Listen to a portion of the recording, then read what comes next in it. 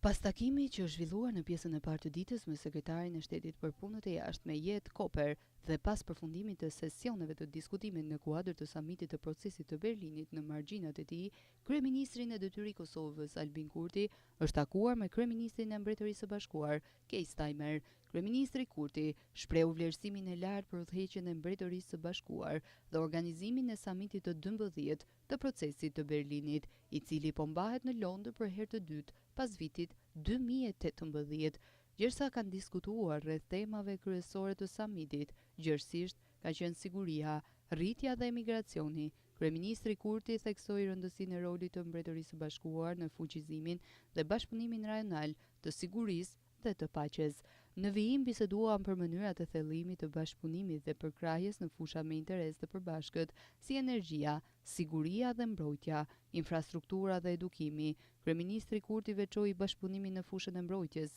gjërsa vendi po vazhdon investimet në këtë drejtim. Kryeministri Kurti ka falendëruar Mbretërinë e Bashkuar për lajmin se forcat e armatosura të Britanisë së Madhe do të vazhdojnë mbështetjen për misionin paqëruajtës të udhëhequr nga NATO në Kosovë, KFOR-in, për të paktën edhe 3 vite, si edhe thirrjen e një dite më parë në seancën e Kombeve të Bashkuara për njohjen e Kosovës nga shtetet anëtare dhe për dorëzimin e terroristit Radojčić nga ana e Serbisë, i cili vijon të mbetet i lirë pas sulmit terrorist në Banjsk, duke bërë rrezik për sigurinë në Kosovë.